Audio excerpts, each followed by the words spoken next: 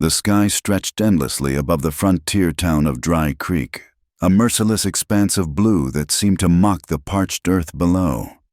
It was late summer of 1888, and the drought had lasted 3 months, turning the already harsh landscape into a testament to nature's indifference.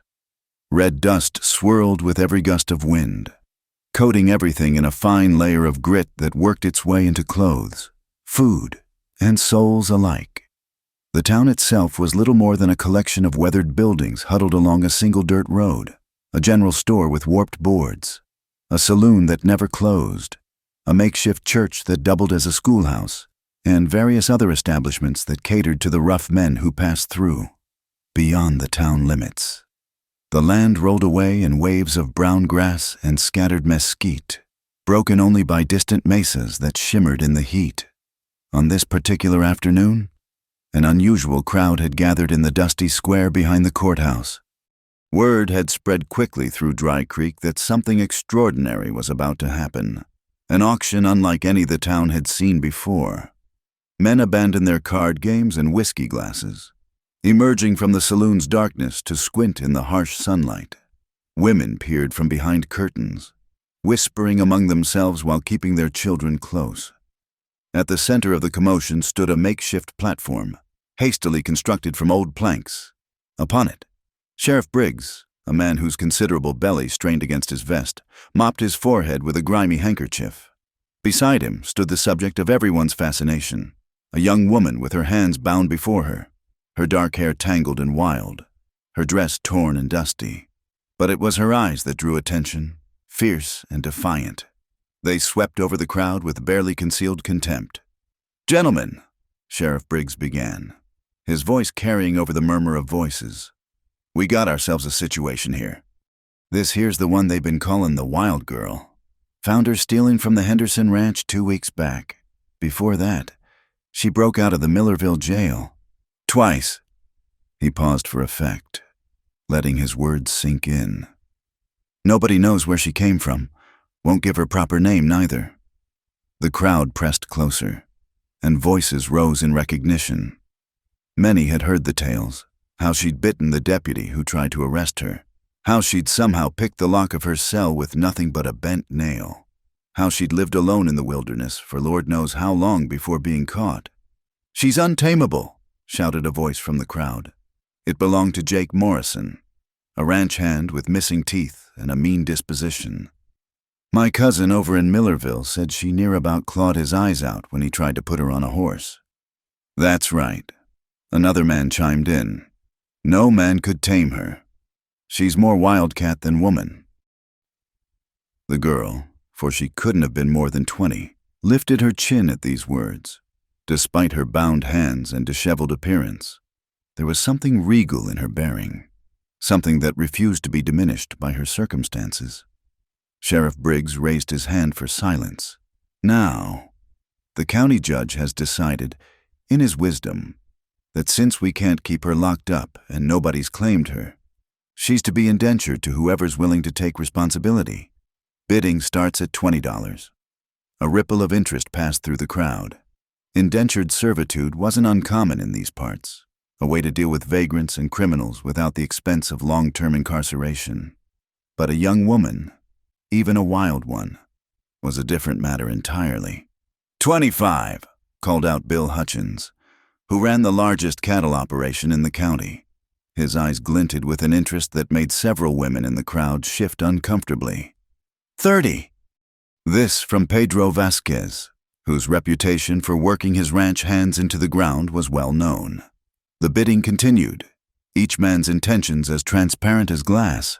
Some saw free labor, others saw something worse.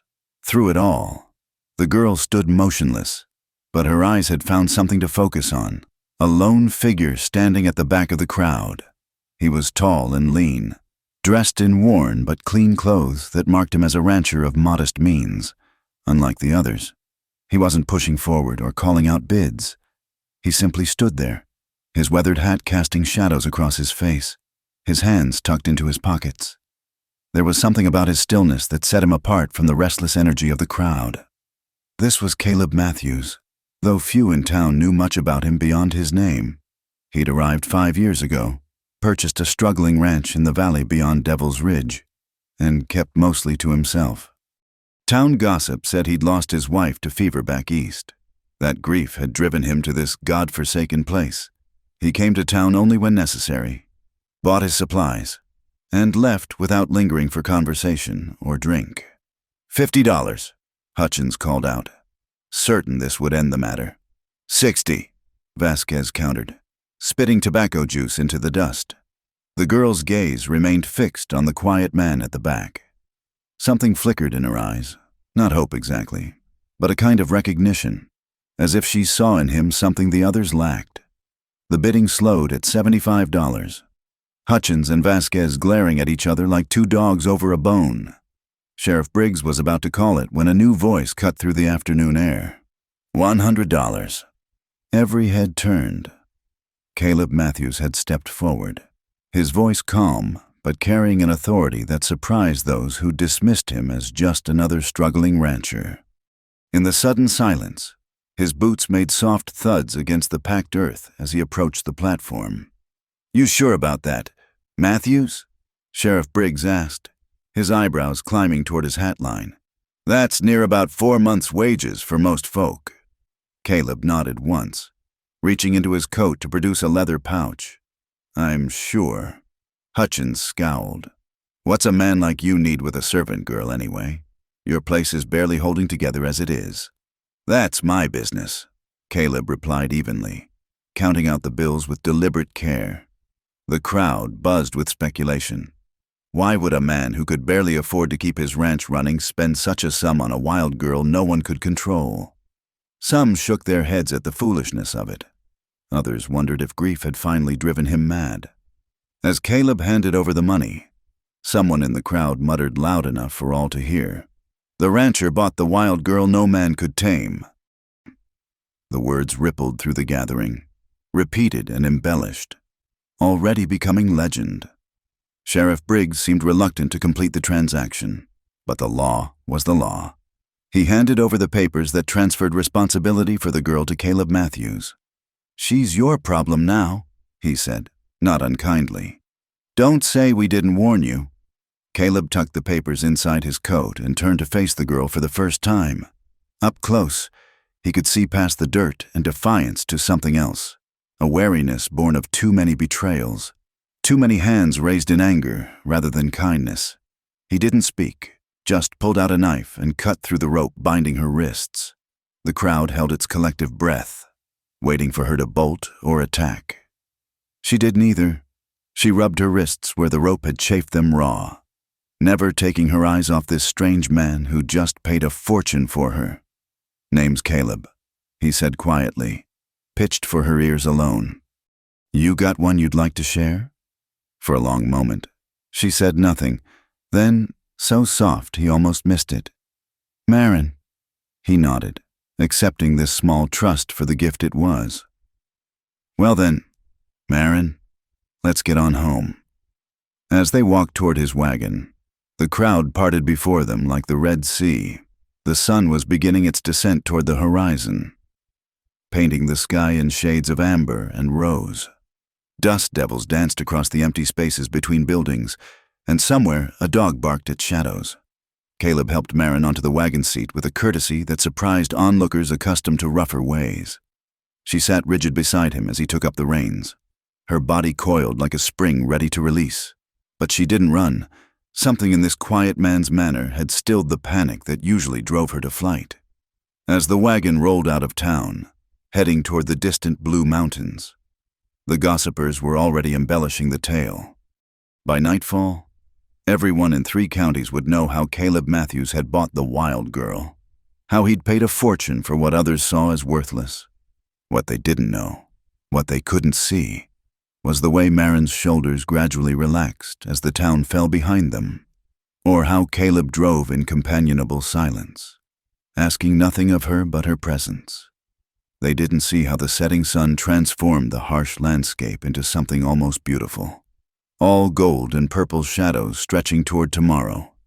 The frontier was a hard place that broke more souls than it saved, but sometimes, in the space between one heartbeat and the next, two broken people could find in each other a chance for something neither had dared hope for. As the first stars appeared in the darkening sky, the wagon rolled on through the empty land, carrying its unlikely passengers toward a future as uncertain and vast as the desert itself. The journey from Dry Creek to Caleb's ranch took them through 20 miles of unforgiving terrain. As the wagon wheels creaked along the rutted trail, Maren sat rigid beside him, her fingers gripping the wooden seat until her knuckles turned white. She hadn't spoken since giving her name, and Caleb didn't press. He'd learned long ago that silence could be a kindness. The landscape changed as they traveled deeper into the valley. The flat expanse of scrubland gave way to rolling hills dotted with juniper and piñon pine. Gray rock formations jutted from the earth like ancient bones, and in the distance, the mountains loomed dark against the star-filled sky. A cold wind swept down from the peaks, carrying the scent of sage and something wild that made Maren lift her head like an animal scenting home. It was near midnight when they finally crested the last rise. Below them, nestled in a natural bowl between two ridges, lay Caleb's ranch. Even in the moonlight, its modest nature was evident. A single-story adobe house with a tin roof, a barn that listed slightly to the east, a corral with a few horses, and a scattering of outbuildings in various states of repair. Beyond the structures, his small herd of cattle stood like dark shadows against the silver grass. "It ain't much," Caleb said, the first words he'd spoken in miles. "But it's honest." Maren studied the scene below with those watchful eyes of hers. After the cramped cells and cruel hands she'd known, even this humble ranch must have seemed like another kind of prison, but something in her posture shifted. A slight relaxation of her shoulders, perhaps, or the way her death grip on the seat loosened just a fraction. As they descended into the valley, coyotes called from the ridges, their voices echoing off the rocks. Maren's head snapped toward the sound, and for the first time, Caleb saw something other than wariness in her expression. It was recognition, maybe even longing. The wagon rolled to a stop before the house. Caleb climbed down and moved to help Maren, but she was already on the ground, poised on the balls of her feet as if ready to run. In the moonlight, with her tangled hair and wild eyes, she looked like she belonged more to the desert than to civilization. "You hungry?" Caleb asked, moving toward the house with deliberate calm. "Got some beans and cornbread from yesterday." She didn't answer, but she followed him, maintaining a careful distance, ready to bolt at the first sign of danger. Inside, Caleb lit a kerosene lamp, revealing a spare but clean interior. A cast-iron stove dominated one corner, with a rough wooden table and two chairs nearby.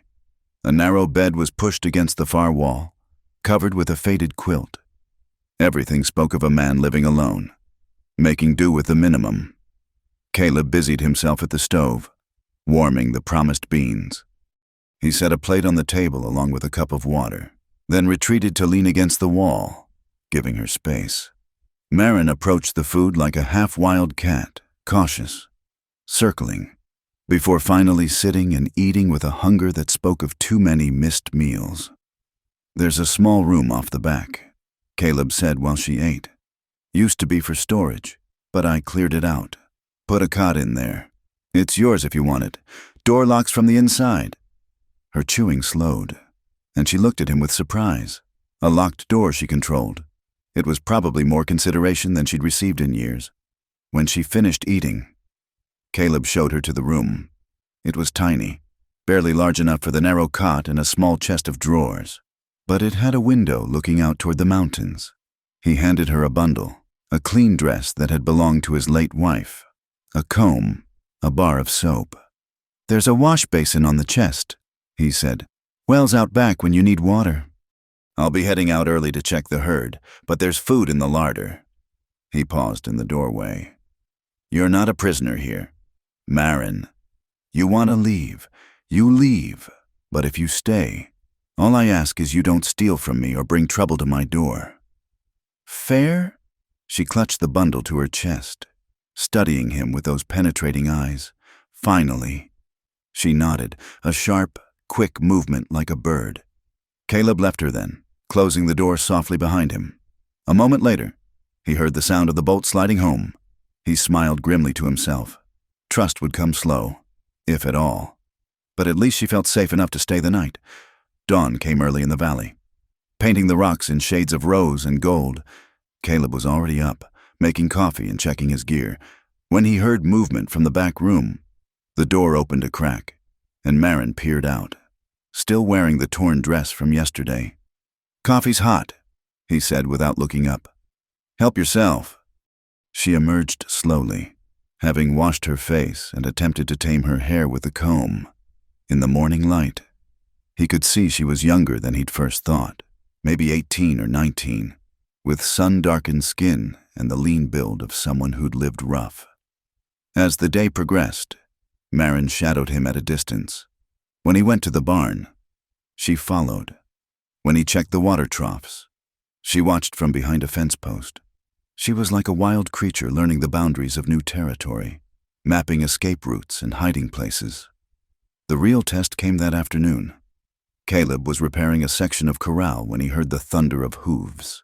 His small band of horses had spooked at something, probably a snake, and were running full gallop toward the open desert. Without thinking, he grabbed a rope and started after them on foot, knowing it was hopeless. That's when Marin moved. She snatched a bridle from the barn and intercepted the lead mare, moving with a fluid grace that spoke of long practice. In moments, that seemed impossible. She had the bridle on and was astride the mare bareback, turning the herd with nothing but pressure from her knees and a wild cry that echoed off the valley walls. Caleb stood frozen, watching her work. She rode like she was part of the horse, anticipating every move, gradually calming the herd and leading them back to the corral. When she finally dismounted, her eyes were bright and alive in a way he hadn't seen before. "Where'd you learn to ride like that?" he asked.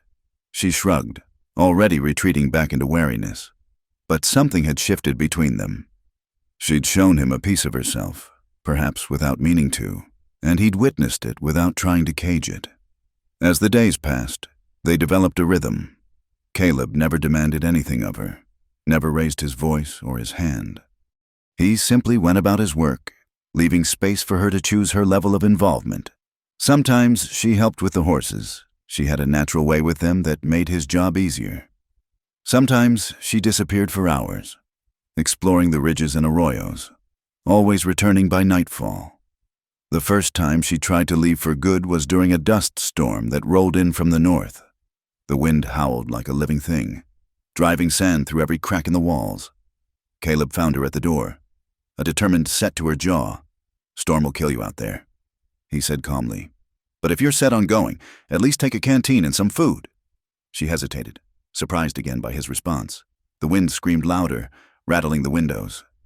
Slowly, she stepped back from the door.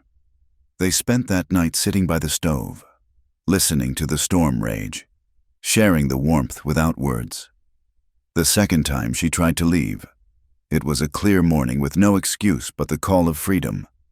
Caleb was mending harnesses when he saw her walking toward the ridge trail, a bundle over her shoulder. "Hold up," he called. She froze, but didn't run. He approached slowly, holding out a better pair of boots and a sturdy jacket. "These'll serve you better than what you've got."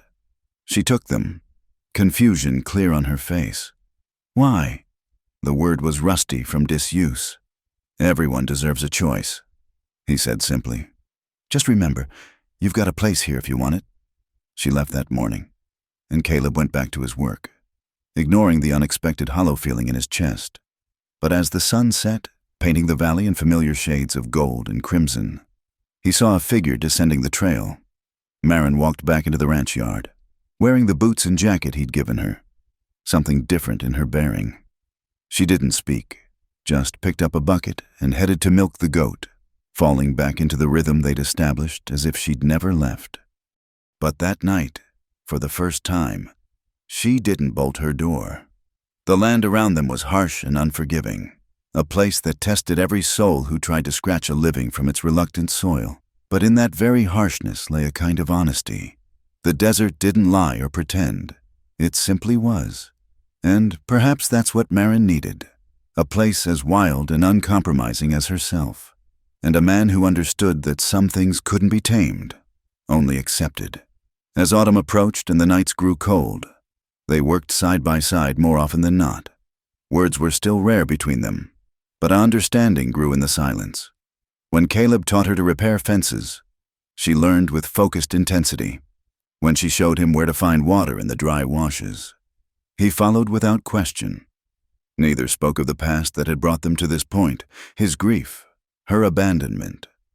But sometimes, in the quiet evenings when they sat on the porch watching the stars wheel overhead, the space between them felt less like distance and more like a bridge being built one careful plank at a time. The sun hung merciless in the October sky, baking the earth until it cracked like old leather. The drought that had gripped the valley all summer showed no signs of breaking, and the water in the well was running dangerously low. Caleb stood at the corral, watching the horses cluster around the nearly empty trough, their heads hanging low in the heat. "We'll need to take them to Willow Creek," he said, more to himself than to Marin, who stood nearby mending a bridle. "Still running. Last I checked, about 5 miles through Devil's Canyon." She looked up from her work, squinting against the glare. Over the past weeks, her movements had lost some of their constant wariness. She no longer flinched when he came too close, no longer kept one eye always on the door. "I know the place," she said quietly. "Good water there." It was the longest sentence she'd spoken yet, and Caleb nodded, pleased. "We'll go at first light, beat the worst of the heat."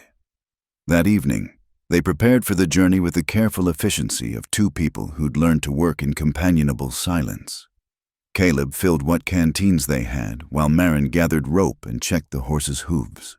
As the sun set, painting the mountains in shades of purple and gold, they sat on the porch with their simple supper of beans and hardtack.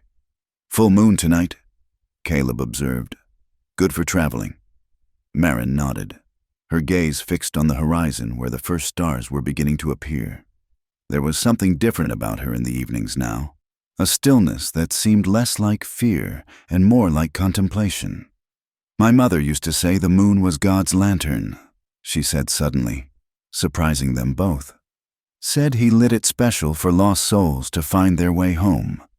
Caleb remained quiet, sensing the gift in her words.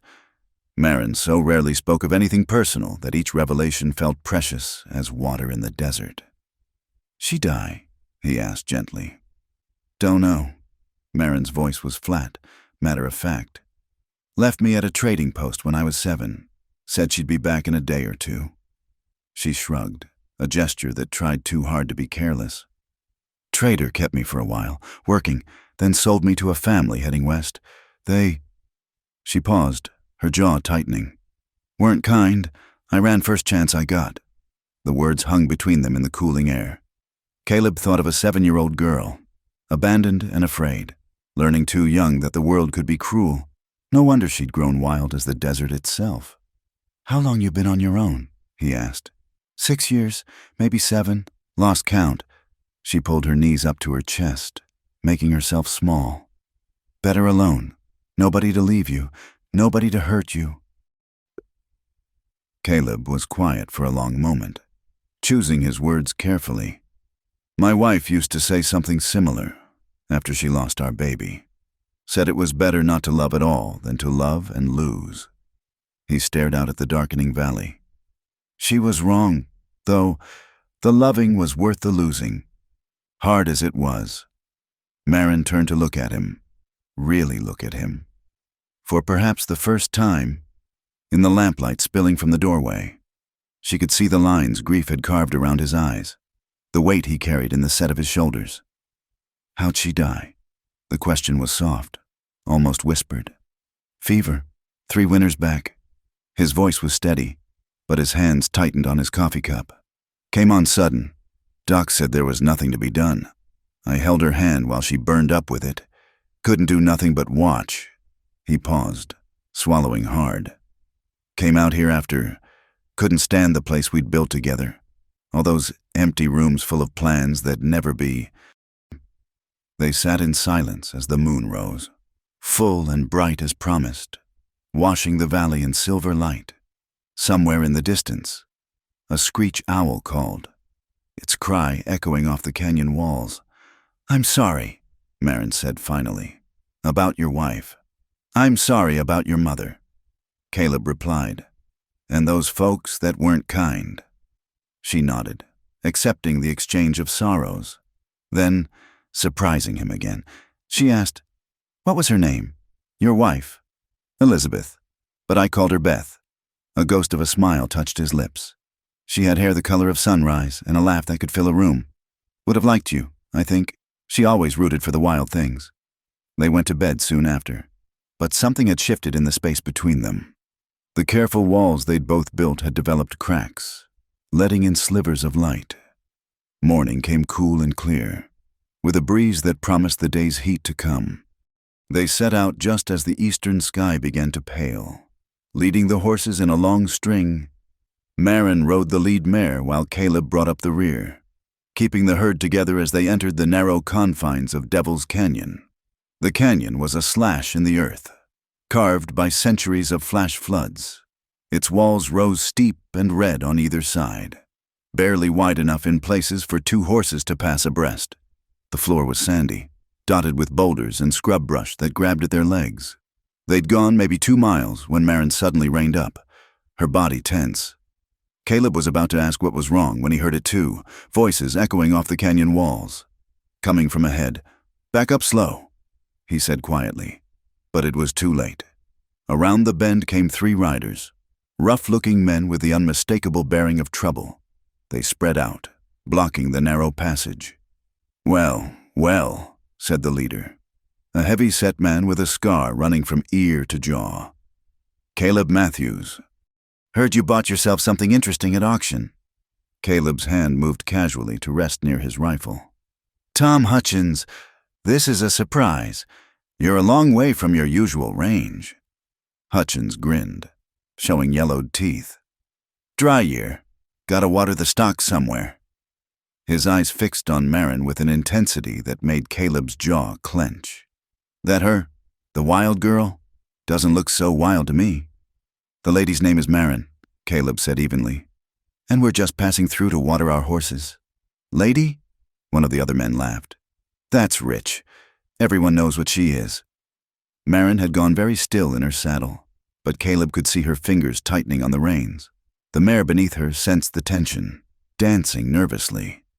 "Way I see it," Hutchins continued, "you made a bad investment. Matthews, girl like that ain't meant for respectable work. How about you sell her to me? I'll give you $50, and you can go home with something in your pocket." "She's not for sale," Caleb said, his voice carrying a warning that made the horse's ears flick nervously. "Everything's for sale at the right price." Hutchins moved his horse closer. "Besides, what's a broke rancher like you need with—" He never finished the sentence. Maren's mare exploded into motion, rearing and striking out with her front hooves. In the chaos, Maren rolled backward off the horse, landing in a crouch with a rock in her hand. The throw was perfect, catching Hutchins in the shoulder and knocking him from his saddle. "You little—" One of the other men reached for his gun, but Caleb's rifle was already out and aimed. "I wouldn't," Caleb said quietly. "Everyone stays calm, and we all ride away from this." For a moment, violence hung in the air like smoke. Then Hutchins struggled to his feet, clutching his shoulder. "You'll regret this, Matthews, both of you." "Maybe," Caleb agreed. "But not today. Mount up and move on." Grudgingly, the 3 men retreated, Hutchins shooting murderous looks over his shoulder as they disappeared around the bend. Only when the sound of their horses had faded completely did Caleb lower his rifle. Maren stood in the sand, breathing hard, the wildness back in her eyes. "They'll come to the ranch," she said. "Men like that always do." "Maybe," Caleb said again. He dismounted and approached her slowly, the way he would a spooked horse. "You all right?" She nodded, but he could see her hands shaking. "I should go. Leave before I bring more trouble to your door." "No." The word came out sharper than he intended. He gentled his voice. "Running's not always the answer. Maren, sometimes you gotta stand your ground. And sometimes standing gets you killed." "Sometimes it does," he agreed. "But I'd rather face whatever comes than let fear drive me off my own land. Or let anyone drive you off either." She studied him for a long moment, this quiet man who just put himself between her and danger without hesitation. "Why?" she asked, echoing her question from weeks ago. This time he had an answer. "Because everyone deserves a place to belong, a place where they're valued for who they are, not what others think they should be." The sun was climbing higher, and they still needed water. Without further discussion, they continued through the canyon, both more alert now to the dangers that might lie ahead. At Willow Creek, they let the horses drink their fill while keeping careful watch. On the ride home, Maren was quiet, but it was a different quality of silence than before. As they crested the final ridge and saw the ranch spread below them, she spoke. "I've never had anyone stand up for me before." Caleb glanced at her, seeing the confusion and something else, perhaps the first stirring of trust in her expression. "Well," he said simply, "you do now." That night, as they cleaned rifles and prepared for possible trouble, they worked as a team. When Maren showed him defensive positions she'd scouted in her wanderings, he listened with respect. When he taught her to load and aim the spare rifle, she learned with fierce concentration. Later, as the moon rose again over the valley, they sat on the porch keeping watch. The night was peaceful, filled with the ordinary sounds of the desert, but both knew that peace might be temporary. "I won't let them take you," Caleb said quietly. "Not Hutchins, not anyone." Maren was quiet for so long he thought she wouldn't answer. Then, so soft he almost missed it. "I know." It was the beginning of trust, fragile as a desert flower, but just as determined to bloom despite the harsh conditions. And in that moment, with danger possibly lurking in the darkness and the future uncertain, something else began to bloom as well. A connection neither had expected, growing in the space between two wounded hearts, finding their way toward healing. The trouble came 3 nights later, under a new moon that left the valley in darkness. Caleb woke to the sound of horses, too many horses for honest travelers at this hour. He rolled from bed fully dressed, having slept that way since the encounter at Devil's Canyon, and grabbed his rifle. Maren was already at the window, a shadow among shadows. She held the spare rifle with steady hands, her face calm in a way that spoke of too much practice with danger. "How many?" Caleb whispered. 8, maybe 9. Her voice was steady. "Spreading out around the house." They'd prepared for this, but Caleb had hoped it wouldn't come. He'd sent word to Sheriff Briggs about Hutchins's threats, but help was 20 miles away. Might as well be 100 on a night like this. "Remember what we practiced," he said. "Stay low. Don't waste shots." A voice rang out from the darkness. "Hutchins." His words slurred with whiskey and malice. "Matthews, we come for what's ours. Send out the girl, and we'll leave your ranch standing." Caleb moved to the door, staying behind cover. "Get off my land. Hutchins, you've got no claim here. Way I figure it, you still owe me from that auction. I was prepared to pay fair price until you interfered." A harsh laugh. "But now I'm thinking I'll just take what I want." The first shot shattered the front window, followed by whoops and hollers from the men outside. Caleb returned fire, aiming for muzzle flashes, while Maren covered the back entrance. The house, sturdy adobe though it was, wouldn't stand up to a prolonged siege. "The barn," Maren said during a lull. "They're going for the barn." Sure enough, a flickering light appeared. Torches. If they fired the barn, the horses would panic, maybe break free. It would be chaos. And in chaos, men like Hutchins thrived. "Cover me," Caleb said, but Maren grabbed his arm. "No, they're expecting you." She was already moving. "I'm smaller, faster. I can get there." Before he could protest, she was gone, slipping out the side window like smoke. Caleb cursed and increased his rate of fire, trying to keep the attackers' attention on the house. He saw her reach the barn, a fleeting shadow, just as the first torch arced through the air. What happened next would become legend in the valley. told and retold until truth and story blurred together. Marin emerged from the barn atop Caleb's stallion, bareback and wild as the day he'd first seen her. But now she held a burning branch in each hand, whooping a cry that sent chills down spines. She rode straight at the attackers, the horses' hooves thundering, fire streaming behind her like wings. The men scattered, their own horses rearing in panic. In the confusion, she wheeled and threw one of the branches into their midst, sending them diving for cover. It was the distraction Caleb needed. He burst from the house, rifle blazing, catching two men before they could recover.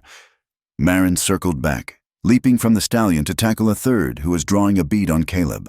The fight was brutal and short. When the dust settled, 3 of Hutchins's men lay groaning in the dirt, while the others had fled into the night. Hutchins himself was on his knees. Caleb's rifle pointed at his chest.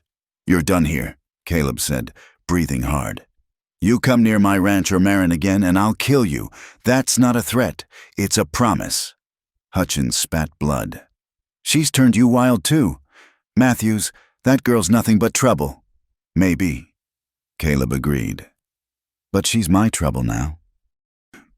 As the surviving attackers limped away into the darkness, Marin stood in the yard, still holding the branch that had become a weapon. In the light from the scattered torches, Caleb could see her clearly, dirt-smudged, fierce, magnificent. "That was the damnedest thing I ever saw," he said. She dropped the branch, suddenly looking very young. "I couldn't let them burn it. The horses—" "To hell with the horses." He crossed to her in 3 strides. "You could have been killed. So could you." She met his gaze steadily. "We protect what's ours, right? That's what you taught me." The word ours hung between them, weighted with meaning neither was quite ready to examine. Caleb felt something shift in his chest, a loosening of the grief he'd carried like a stone for 3 years. They spent the rest of the night putting out small fires and tending wounds, miraculously minor on their part. As dawn broke, painting the mountains in soft pastels, they sat exhausted on the porch steps. "They'll talk," Marin said. "In town. About what I did. They already call me wild. Now it'll be worse. Let them talk." Caleb's voice was firm. "Anyone with eyes could see you were defending your home." She turned to look at him. "My home? If you want it to be." The question that had hung unspoken between them for weeks finally found voice. Marin was quiet for a long moment, watching the sun climb higher, turning the valley gold. "I never had a home," she said finally. "Not really, just places I stayed until I had to run again. You don't have to run anymore. What if they come back? What if—" "Then we'll face it together." He paused, choosing his words carefully. "I'm not asking you to be something you're not. Marin, I like you wild, but wild doesn't mean alone." She considered this, her fingers tracing patterns in the dust. "Together," she repeated, testing the word. News of the fight spread quickly through the valley. By afternoon, Sheriff Briggs arrived with a deputy, taking statements and surveying the damage. To Caleb's surprise, several neighboring ranchers came too, men who'd barely acknowledged him before. "Heard you had some trouble," said Ben Cooper, whose spread bordered Caleb's to the east. "Hutchins has been pushing folks around for too long. About time someone pushed back." "The girl did most of the pushing," Caleb said, nodding toward where Marin was showing the sheriff the sequence of events. Cooper chuckled. "So he heard. Jake Morrison's telling everyone in town about a woman riding through fire like one of them Valkyries from the old stories." As the afternoon wore on, more neighbors arrived. Women brought food. Men offered to help repair the damage. It was the first time since Beth's death that Caleb had felt part of the community, and he knew it was Marin's fierce defense that had earned their respect. But Marin herself seemed overwhelmed by the attention. Caleb found her in the barn as evening approached, brushing the stallion with long, careful strokes. "Too many people?" he asked gently. She nodded. "They look at me different now. Not sure if it's better or worse. Different how? Like I'm—" She searched for words. "Like I'm real, like I matter." "You do matter." She was quiet, focusing on the horse's mane. Then, "That man, Cooper. He called this my home. His wife asked if I'd be coming to the harvest dance." "What did you say?" "Nothing. I don't know how to dance." She looked embarrassed by the admission. "Never learned. Never stayed anywhere long enough to learn things like that." Caleb moved closer, gently taking the brush from her hands. "I could teach you, if you want." "You dance?" "Beth insisted I learn. Said a man who couldn't dance was only half civilized." The memory brought a smile instead of pain. When had that changed? "I'm rusty, but I remember the basics." There in the barn, with hay dust dancing in the late afternoon light and the horses as witnesses, Caleb taught Marin the simple steps of a frontier waltz. She was awkward at first, stiff with self-consciousness, but gradually she relaxed, letting him guide her through the movements. "See?" he said as they turned together. "Not so hard." "Everything's hard when you've never had someone to teach you," she replied, but she was almost smiling. They danced until the light faded, neither mentioning how their hands lingered when the music in their heads stopped. It was Marin who finally stepped back, her cheeks flushed with more than exertion. "The horses need water," she said, retreating to safer ground. "Marin." His voice stopped her at the door. "What you did last night, it was brave, maybe foolish, but brave. I'm proud to stand with you." She looked back at him, and for a moment her guard dropped completely. In her eyes, he saw the scared child she'd been, the fierce woman she'd become, and something else, a tenderness she didn't yet have words for. "I'm proud to stand with you too, Caleb," she said softly, then fled before either of them could say more. That night, as they kept watch again despite the sheriff's assurance that Hutchins was thoroughly cowed, they sat closer than before. When Marin dozed off near dawn, her head found his shoulder.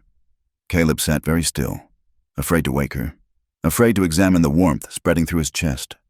The stars wheeled overhead, indifferent to human struggles, but in that small circle of warmth on a ranch house porch, two damaged souls continued their careful dance toward trust, toward healing, toward something that might, given time and courage, be called love. The harvest dance was still 2 weeks away when new trouble arrived in Dry Creek, wearing an expensive suit and carrying legal papers. Josiah Blackwood was everything Caleb wasn't: wealthy, educated, with smooth manners and smoother words. He owned the largest ranch in 3 counties and had recently acquired the bank that held most of the local mortgages. Word of his arrival reached Caleb's ranch by way of Ben Cooper, who rode out specifically to warn them. "He's been asking about you in town," Cooper said, accepting a cup of coffee from Marin. "And about her making noise about property rights and legal custody." Caleb's jaw tightened. "What kind of noise?" "The kind that comes with lawyers." Cooper glanced apologetically at Marin. "He's claiming the auction wasn't legal, says a woman can't be sold like property, that the whole thing was invalid." "He's right about that part," Marin said quietly. Both men looked at her in surprise. "What? I'm not property. Never was. That auction was wrong. But if it wasn't legal—" Cooper hesitated. "Then I'm free to go where I please," Marin finished. "And I please to stay here." Cooper smiled. "That's what I told Blackwood you'd say, but he's not the type to take no for an answer. And there's more." He shifted uncomfortably. "He's been buying up water rights. Already owns most of Devil's Canyon. Way things are going, he'll control every water source in the valley by spring." After Cooper left, Caleb found Marin standing at the corral, watching the horses with troubled eyes. "You're worried," he said. "Men like Blackwood don't just want land." She said, "They want to own everything they see, including people." She turned to face him. "Maybe I should leave before—" "Don't." The word came out harsher than intended. Caleb softened his tone. "Don't run. Marin, we agreed, together. Remember?" She searched his face. "Even if staying costs you everything." "What's everything without—" He stopped, the words catching in his throat. "Without you," he'd almost said. The truth of it shook him. 3 days later, Blackwood arrived at the ranch with 2 armed men and a weasel-faced lawyer named Cornelius Pratt. Caleb met them in the yard, rifle visible but not raised. Marin stayed on the porch, her own weapon within reach. "Mr. Matthews," Blackwood said, touching his hat brim with mocking courtesy. "I believe you have something that belongs to me." "Nothing here belongs to you." Blackwood. "Ah, but that's where you're wrong." The lawyer produced a sheaf of papers. "I've purchased the original indenture contract from the county. Since the initial transaction was invalid, a person cannot be sold at auction. The debt reverts to the original holder, which is now me." "That's not how law works," Caleb said evenly. "It is when you own the judge." Blackwood replied with a cold smile. "The young lady will come with us now, or I'll have the sheriff out here with a warrant by sunset."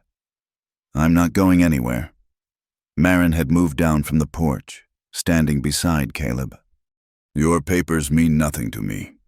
Blackwood's eyes traveled over her in a way that made Caleb's hands clench. "Spirited, I like that.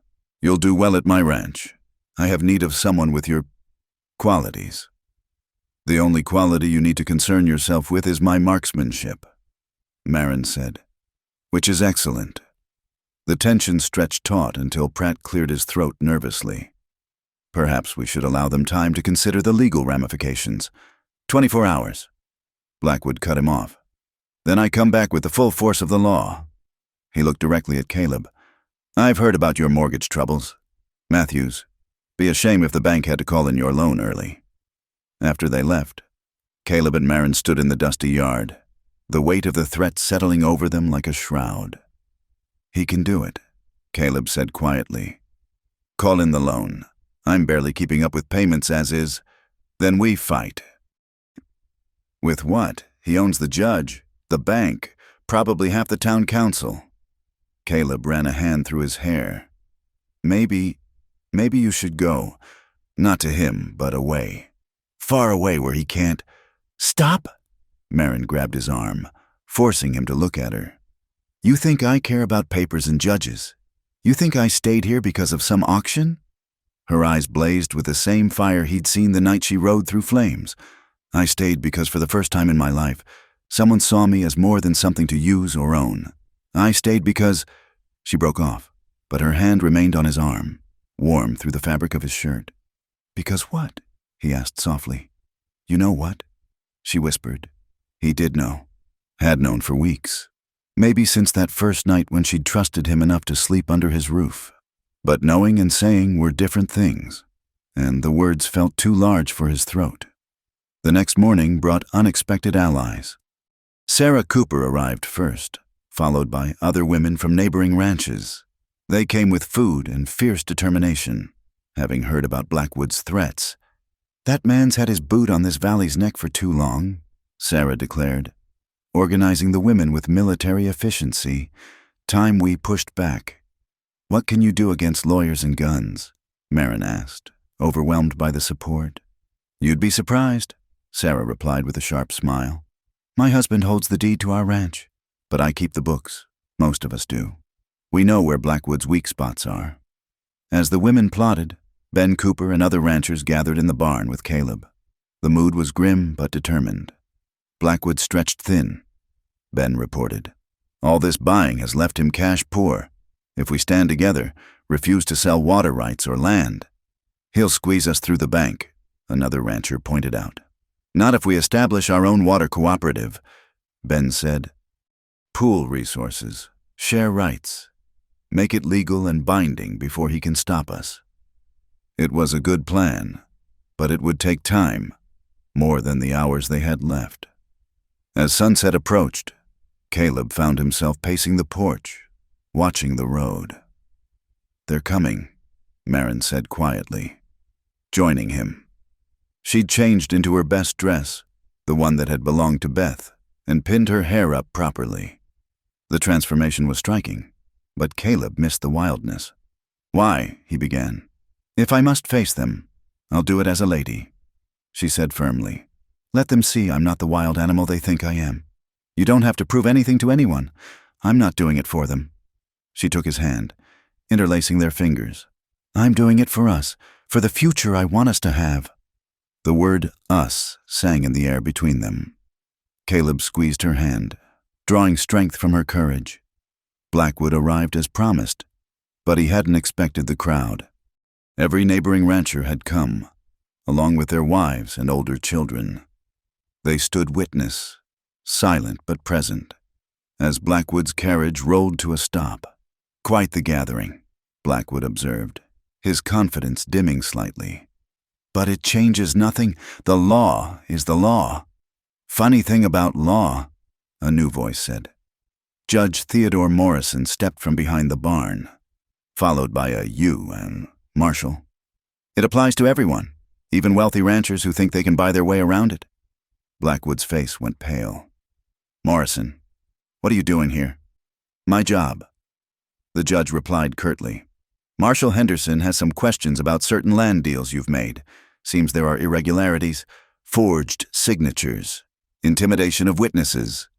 He smiled coldly. The federal government takes a dim view of land fraud. Mr. Blackwood. What followed was swift. The marshal arrested Blackwood on federal charges, while Pratt scurried away like the rat he resembled. The gathered crowd cheered as the carriage departed with Blackwood in irons. How? Caleb asked Ben, stunned by the reversal. Sarah, Ben said proudly. She remembered Morrison from his circuit court days, before Blackwood bought out the local judge, sent word to him about what was happening. Turns out the federal boys have been building a case against Blackwood for months. As the crowd began to disperse, full of congratulations and renewed hope, Caleb sought out Marin. He found her by the corral, having changed back into her everyday clothes, her hair loose again. It's over, he said. This part is. She agreed.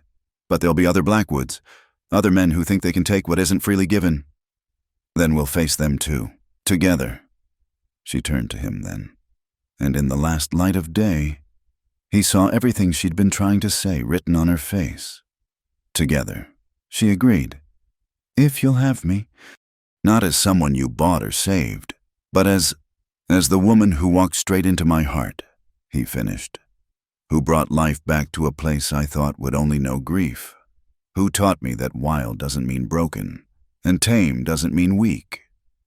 Caleb. Her voice broke on his name. I love you, Marin. Not because I have to, not because papers say so, but because I choose to. Every day, I choose you.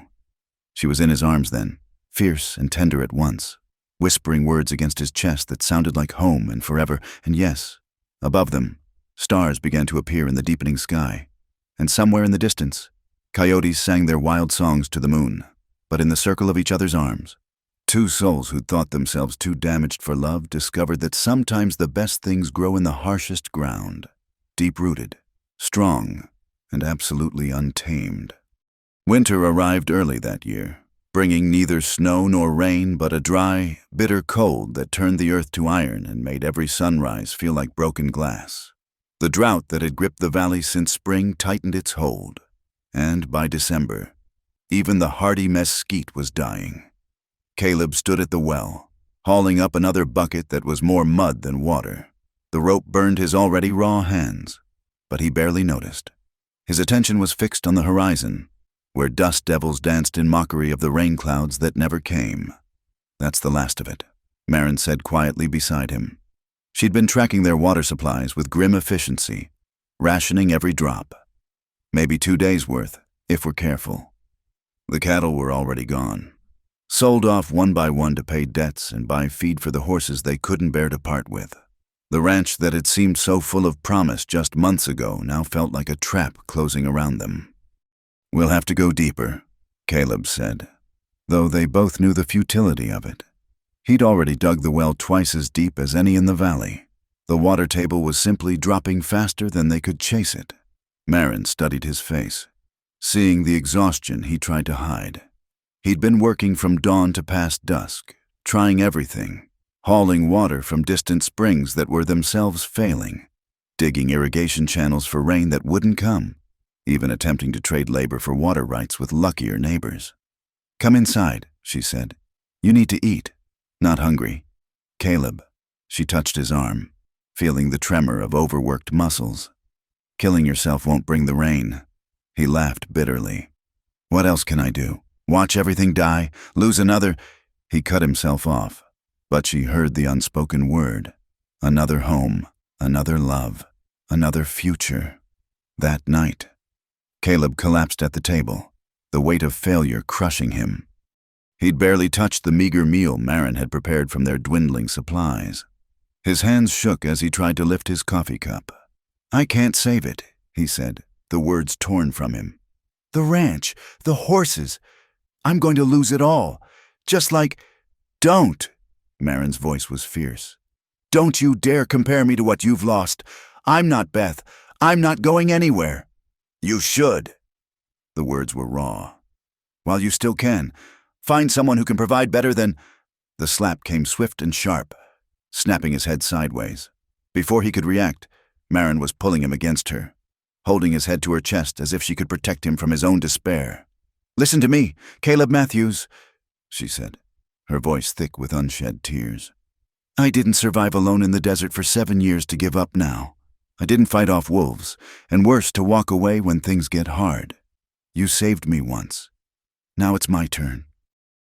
He shuddered against her. This strong man brought low by forces beyond his control. I don't know what to do. Then rest, she said simply. Rest, and let me take care of things for a while. The fever came that night, swift and vicious, whether from exhaustion, poor nutrition, or simple despair. Caleb burned like the desert at noon. Marin fought it with everything she had, cool cloths from their precious water, willow bark tea from her meager medicinal supplies. And when those failed, simple human presence. She talked to him through the delirium, telling stories she'd never shared with anyone. About the mother who'd left her, yes, but also about the days before, warm memories of lullabies and gentle hands. She spoke of her years in the wild, the secret places she'd found where water still ran clear, the caves that offered shelter, the way stars looked different from a mountaintop. Don't leave me, Caleb mumbled in his fever. Please. Can't lose? Not again. Never, she promised, pressing her lips to his burning forehead. You're stuck with me, rancher, for better or worse. On the second night, when his fever spiked so high she feared the worst, Marin made a desperate decision. She saddled the gentlest mare, tied Caleb into the saddle with strips torn from her petticoat, and led them into the darkness. The journey was a nightmare of careful steps and whispered prayers. She guided them not by the usual trails, but by memory and instinct, following paths she discovered during her wild years, up into the mountains, where the air grew thin and cold, where civilization hadn't reached and maybe, just maybe, water still flowed. Dawn found them at a hidden spring she discovered years ago, sheltered by overhanging rocks and fed by some deep source that hadn't yet failed. She half-carried, half-dragged Caleb from the horse, settling him on soft sand beside the water. Drink, she commanded, supporting his head as she dribbled water between his cracked lips. That's it. More. She stayed there 3 days, nursing him through the worst of it. She caught small game with snares, found edible plants, made broth that she spooned into him with infinite patience. When he shivered, she wrapped herself around him. When he burned, she bathed him with spring water.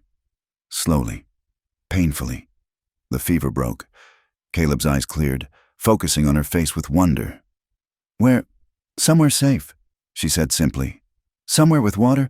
The ranch will survive a few more days. You wouldn't have... She brushed his hair back with gentle fingers. I told you it was my turn to save you. He caught her hand, pressing it to his cheek. Marin, Shh, rest now. We'll talk when you're stronger. But he wouldn't be silenced. You walk straight into my heart, he whispered, echoing her words from that terrible night. But I think you've always been there, like I was just waiting for you to arrive. She kissed him then, soft and careful of his weakness, but full of promise. Rest, she said again. I'll keep watch. It took 2 more days before Caleb was strong enough to travel. During that time, Marin showed him the hidden valley around the spring, a pocket of life in the dying land, fed by the reliable water source. "How did you find this place?" he asked, marveling at the green grass and few trees that had survived there. "By accident, running from a bounty hunter." She smiled at the memory. "I hid here for a month once. Always thought, if I ever had a real home, I'd want it to be somewhere like this." Caleb looked at her sharply. "Marin." "I know what you're thinking," she said, "but your ranch is dying." The words were steady now, without the desperate edge of before. "Has been dying all year. But this," he gestured at the hidden valley, "this could work. It's smaller. Yes, remote. But there's water, grazing. We could start over." "We?" He pulled her close, still weak but determined. "Did you think I meant anything else?" "We, Marin. Always we." They returned to the ranch to find Ben Cooper and several neighbors keeping watch over the remaining animals. Sarah Cooper emerged from the house with a relieved cry. "Thank God. We were about to send out search parties." "I'm sorry," Caleb began, but Ben waved him off. "No apologies needed. We all know what this drought's doing to folks." He studied Caleb's improved color. "Looks like Marin took good care of you." "She saved my life," Caleb said simply, "in more ways than one." Over the next days, as Caleb recovered fully, they made plans. The ranch would be sold. Ben offered a fair price for the land, planning to use it for seasonal grazing when the rains eventually returned. The few remaining horses would come with them to the hidden valley, along with whatever supplies they could carry. "It won't be easy," Caleb warned as they packed. "Building from nothing, just the two of us." Marin smiled, that fierce, wild smile he loved. "When has anything in our lives been easy? At least this time, we're choosing our hard path instead of having it chosen for us." The morning they left, a small crowd gathered to see them off. Sarah pressed a basket of preserves and dried goods into Marin's hands. Ben shook Caleb's hand firmly, promising to send word if letters came. Even Sheriff Briggs showed up, gruffly wishing them well. As they rode away, Caleb looked back once at the ranch that had been his refuge and prison both. Then he turned his face forward, toward the mountains and the hidden valley, toward a future uncertain but no longer faced alone. "No regrets?" Marin asked, riding beside him. "None," he said firmly. "I thought I was saving you that day at the auction. Turns out you were saving me. We saved each other." She corrected. "That's what partners do." They rode on through the cold morning. Two souls who'd found in each other not completion, but complement. Behind them, the dying valley fell away. Ahead, somewhere in the secret places of the mountains, water flowed clear and constant, waiting to nurture new dreams planted by hands that had learned to hold both fierce and gentle, wild and true. The rains came in March, 3 months after Caleb and Marin had settled in their hidden valley. They arrived not as the gentle showers of spring, but as a deluge, the sky opening with all the pent-up moisture of a year's drought. Water cascaded down the mountain slopes, turning dry washes into torrents, filling the valley with the sound of renewal. Marin stood at the door of their newly built cabin, watching the transformation with wonder. "It's like the earth is drinking," she said softly. Caleb joined her, wrapping his arms around her from behind. "First good rain in over a year. The whole territory will be celebrating." They'd worked through the winter with the focused intensity of two people building a life together. The cabin was small but solid, built with logs from the scattered pines and stones from the creek bed. They'd constructed it on high ground, remembering the lessons of flash floods. A simple barn sheltered their horses, and they'd even managed to fence a small garden plot where Marin planned to grow vegetables come spring. "We should go to town," Caleb said, feeling the pull of community after months of isolation. "Check on Ben and Sarah. Get supplies. Let folks know we're still alive." Marin tensed slightly. Despite everything, town still made her wary. "They'll stare, talk. Let them—" He turned her to face him. "We've got nothing to hide. We're building something good here, Marin, something honest." She searched his face, then nodded slowly.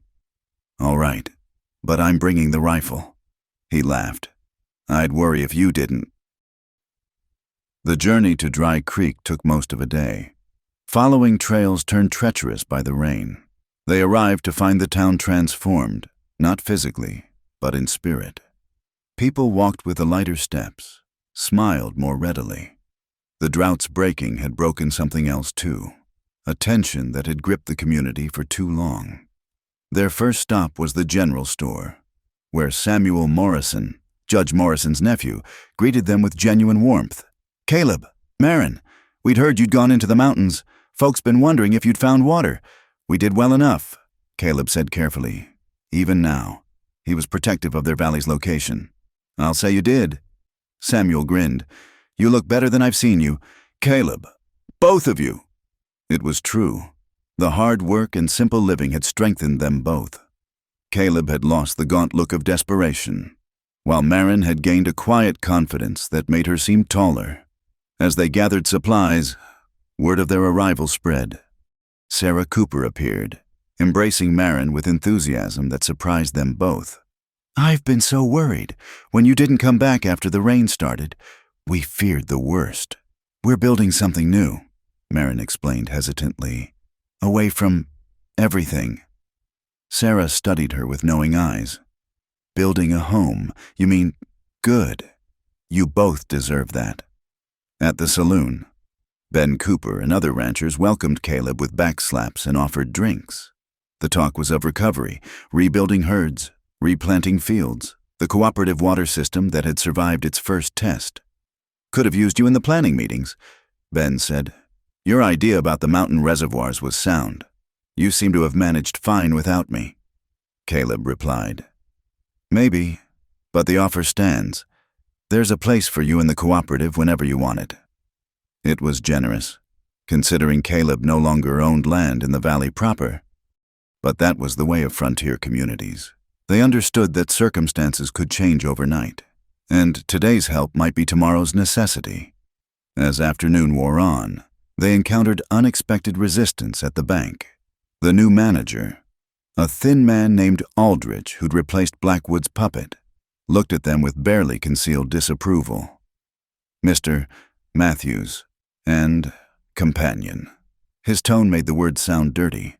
"I suppose you're here about the proceeds from your ranch sale." "That's right," Caleb said evenly. "Well, there's a complication. Without a proper forwarding address, we couldn't complete the transaction. And there's the matter of Miss—" He paused deliberately. "That is, this woman's legal status." "What about my status?" Marin's voice carried a dangerous edge. "Simply that without proper documentation, marriage certificates, proof of residence, we can't release funds to unmarried persons living in irregular arrangements." The office went very quiet. Caleb felt Marin tense beside him, ready to fight or flee. But before either could respond, a new voice cut through the tension. "That's quite enough, Aldrich." Judge Morrison stood in the doorway, his presence commanding despite his modest stature. "I believe what Mr. Matthews and Miss Marin choose to call their relationship is their business, not the bank's. Judge Morrison, I'm simply following policy you just invented, from the sound of it." Morrison's tone was mild, but carried steel underneath. "Release Mr. Matthews' funds immediately, or I'll be happy to convene a hearing on banking practices in this territory." Aldrich paled and scurried to comply. As they left with their money, Morrison walked with them. "I apologize for that," he said. "Some people can't seem to accept that the frontier requires different rules than back east." "Thank you," Caleb said simply. Morrison looked at Marin. "I never properly thanked you, young lady. Your courage in standing up to Blackwood helped expose his whole corrupt network. The federal prosecutors were very impressed." Marin flushed slightly. "I just didn't want to be owned. None of us do." Morrison agreed. "That's why we come to places like this, to be free."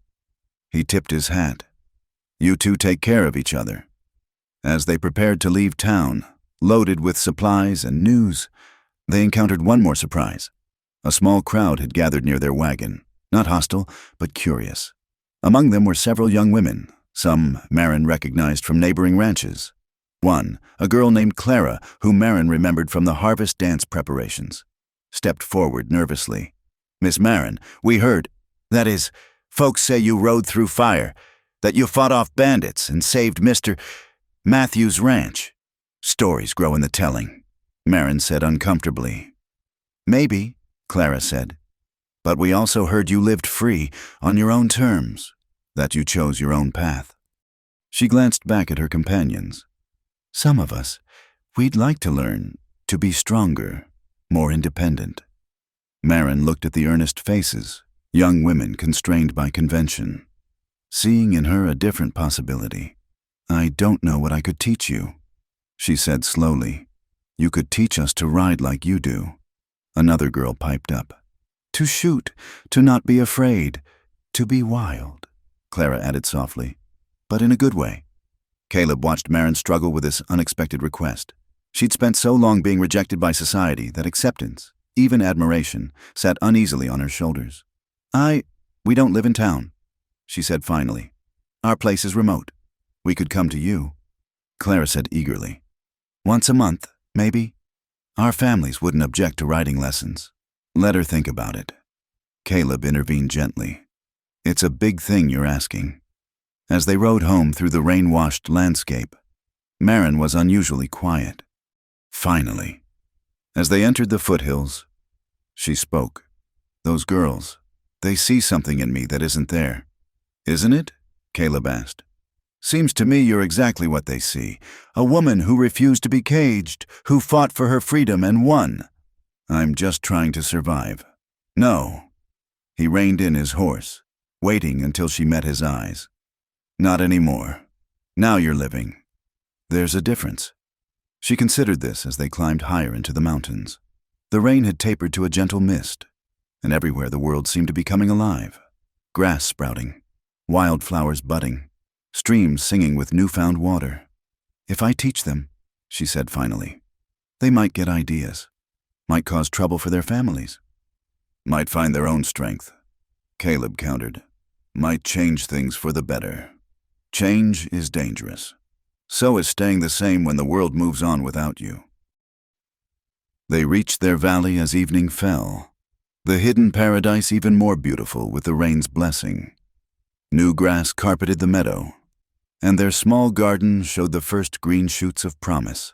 That night, as they sat by their own fire in their own home, Marin made her decision. "Once a month," she said, "I'll teach them what I can. But not to be like me, to be themselves. Just braver." Caleb smiled, reaching for her hand. "That's all any of us can do."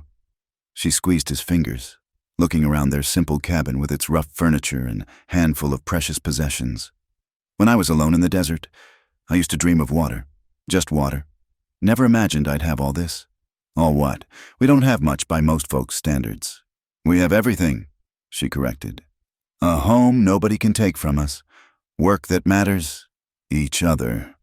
She paused, then added softly, "And maybe, if those girls learn what I have to teach, we'll have helped build something larger than ourselves." "She walked straight into my heart," Caleb murmured, repeating the words that had become their private refrain. "And he caught me when I got there," Marin replied, creating her own ending to their story. Outside, the rain began again, gentle and steady, a blessing on the land and all who struggled to make their lives upon it. Inside, two people who'd thought themselves too damaged for happiness discovered that sometimes the best gardens grow from the rockiest soil, watered by tears and trust in equal measure. The afternoon sun painted the valley in shades of gold and amber, transforming the grassland into a sea of light. It had been a year since the drought broke, and the land had responded with explosive growth. Wildflowers carpeted the meadows in purple, yellow, and white, while the stream ran clear and strong, its voice a constant song of abundance. Caleb stood on the hill overlooking their homestead, marveling at the transformation. The cabin had grown too, a second room added for winter stores, a proper porch where they could sit in the evenings, glass windows that caught the morning light. The garden flourished under Marin's care, and their small herd of horses had multiplied, including several wild mustangs Marin had gentled with her unique touch. "Admiring your kingdom," Marin's voice came from behind him, teasing but warm. He turned to find her leading 2 saddled horses, dressed in the split skirt she'd fashioned for riding, a compromise between propriety and practicality that had scandalized, then inspired the young women she'd been teaching. "Our kingdom," he corrected, taking the reins of his mount. "Ready?" She swung into the saddle with the fluid grace that still made his breath catch. "Clara and the others will be here soon, but we have time." They rode out across the valley, following no particular path, simply enjoying the freedom of movement across their land. A golden eagle circled overhead, riding the thermals up toward the peaks. The mountains stood eternal against the sky, no longer barriers but guardians of their chosen life. "Remember when you couldn't stay in one place for more than a day?" Caleb asked, watching her face as they rode. "I was running," she said simply. "Didn't know what I was looking for until I found it." "What were you looking for?" She considered this, guiding her horse around a cluster of rocks. "A place where being wild wasn't wrong, where I could choose to stay without walls holding me." She looked at him, eyes soft. "Where someone would see my fierce and not try to break it, just love it." They'd reached their favorite spot, a grove of cottonwoods near where the stream widened into a pool. They dismounted, letting the horses graze while they sat on the soft grass. The afternoon light filtered through the leaves, dappling everything with moving shadows. "Sarah says the town council's been talking," Marin said eventually. "About us. About whether what we have here is proper." Caleb's jaw tightened. "Let them talk. It doesn't bother you that they question our arrangement?" He turned to face her fully. "What bothers me is that you might doubt what we have because of their narrow minds." "I don't doubt us," she said quickly. "But sometimes I wonder if I'm being selfish, if you'd have an easier life with a proper wife, someone who—" "Marin!" He caught her hands, stilling their nervous movement. "Look at me." She did, and he saw in her eyes the same vulnerability that appeared sometimes in quiet moments, the abandoned child still expecting rejection. "You are my wife," he said firmly. "In every way that matters. We stood under God's own sky and made promises to each other. We've built a life together, faced storms together, created something from nothing together. No piece of paper or ceremony could make that more real. But the law's catching up to what the frontier's always known, that life out here requires different rules. And if you want the ceremony, the paper, we'll ride to the territorial capital tomorrow and find a judge. But that's for the world, not for us. We already know what we are to each other." She was quiet for a long moment, then smiled, that rare, full smile that transformed her face. "You know what I think?" "What?" "I think we should make it official, not because we need to, but because I want those narrow-minded councilmen to choke on their disapproval when Mrs. Caleb Matthews rides into town." He laughed, pulling her close. "That's my wild girl." "Your wild woman," she corrected, and kissed him in the dappled sunlight. They were still there an hour later when the sound of horses announced the arrival of Marin's students. The monthly lessons had evolved from simple riding instruction to something more, a combination of practical skills and confidence building that was quietly revolutionizing how young women in the valley saw themselves. Clara arrived first, as always, her face bright with excitement. Behind her came 6 others, ranging in age from 15 to 25. Some were ranchers' daughters, some from town families. What united them was a hunger for something more than the narrow roles prescribed for them. "Miss Marin," Clara called out, "we brought someone new." "I hope that's all right." The new girl was younger than the others, maybe 14, with the hollow look of someone who'd known hunger. She sat her horse awkwardly, clearly uncomfortable but determined. "What's your name?" Marin asked gently. "Lucy," the girl whispered. "Lucy Porter. I work at the boarding house. Kitchen help." Marin recognized the signs, the wariness, The way Lucy kept distance between herself and others. The flinch when someone moved too quickly. A girl with her own ghosts. "Welcome, Lucy," Marin said simply. "Can you stay for the full lesson?" "Mrs. Garrett gave me the afternoon. Said learning to ride proper might make me more useful." "Well, we'll teach you to ride," Marin agreed. "But not for anyone's use but your own." The lesson began as always with horse care. Marin insisted they understand their mounts as partners, not tools. Then came riding, starting with basics for Lucy while the others practiced more advanced techniques. Caleb helped, especially with the shooting portion, setting up targets at safe distances. But the real education happened in between, in the conversations that arose naturally as they worked. The young women talked about their frustrations, their dreams, the limitations they faced. Marin listened more than she spoke, but when she did offer advice, it was practical and empowering. "My father says I'm too headstrong," one girl complained. "That no man will want a wife who speaks her mind." "Then he'll be wrong," Marin said calmly. "The right man will value your thoughts. The wrong one will try to silence them. Better to know which is which before making promises." "But how do we find the right ones?" Clara asked. "When all the men we meet expect us to be quiet and obedient." Marin glanced at Caleb, who was showing Lucy how to properly hold the reins. "You don't find them by being less than you are. You be yourself, fully, fiercely yourself, and see who's strong enough to stand beside you." "Like Mr. Matthews?" another girl asked with a knowing smile. "Like Caleb," Marin agreed, her voice softening. "He saw me wild and angry and half feral, and somehow saw something worth loving, but he never tried to change me, just gave me space to choose who I wanted to become." "We heard you're getting married proper," Clara said, "in town, with papers and everything." "News travels fast," Marin said dryly. "Will you wear a wedding dress?" Marin looked uncomfortable. "I hadn't thought about it." The girls exchanged glances, and Clara spoke up. "We could help. My mother's a seamstress, and Betty's aunt has that fabric shop. We could make you something beautiful, something that's you, not all frills and nonsense, but wild and elegant." Another girl suggested. "Like a mountain storm in silk." Marin blinked hard, touched by the offer. These girls who she'd thought she was teaching had become something unexpected. Friends, community, the very things she'd never dared hope for. "I'd like that," she said quietly. "Thank you." As the lesson wound down and the sun began its descent toward the mountains, Marin watched her students preparing to leave.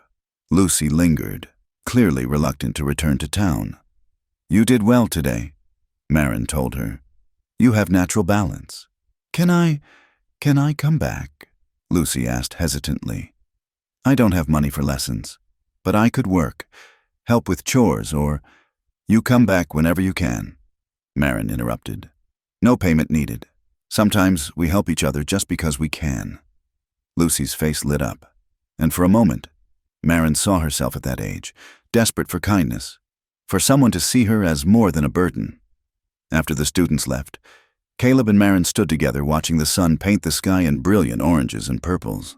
The day had been full, of work, of laughter, of small victories and large affirmations. 2 weeks until we make it official," Caleb said, arm around her waist. 2 weeks until the town has to acknowledge what's been true all along," Marin corrected. "That she walked straight into his heart and decided to stay. Forever? Forever." They turned back toward their cabin, their home, their chosen life. Behind them, the mountains stood witness to all they'd built, not just structures of wood and stone, but connections of trust and love that would endure long after they were gone. The wild girl who no man could tame had found her place at last, not by becoming less wild, but by finding someone who understood that wildness and love could grow in the same heart, strong and free and absolutely untamed. As twilight settled over the valley, painting everything in shades of purple and gold, their small homestead glowed with lamplight, a beacon of hope in the vast frontier. Proof that sometimes the most unlikely people can create the most enduring love stories. The girl who'd been bought at auction had become a teacher, a partner, a beacon of possibility for others seeking their own freedom. And the broken-hearted rancher had learned that some hearts, once entered, expand to hold more love than they ever thought possible. This was their happily ever after. Not an ending, but a beginning that renewed itself each day with choice, with courage, with the wild and tender grace of two souls who'd found in each other both sanctuary and freedom. Thank you so much for listening to this Wild West love story. I'd love to know where in the world you're enjoying this tale. Please share in the comments below. Don't forget to subscribe to the From Wild West channel and let me know your thoughts about Caleb and Marin's journey. Did their story touch your heart? What was your favorite moment? Your comments mean the world to me, and I love connecting with listeners from all corners of the globe. Until our next adventure in the Old West, keep your hearts wild and your spirits free.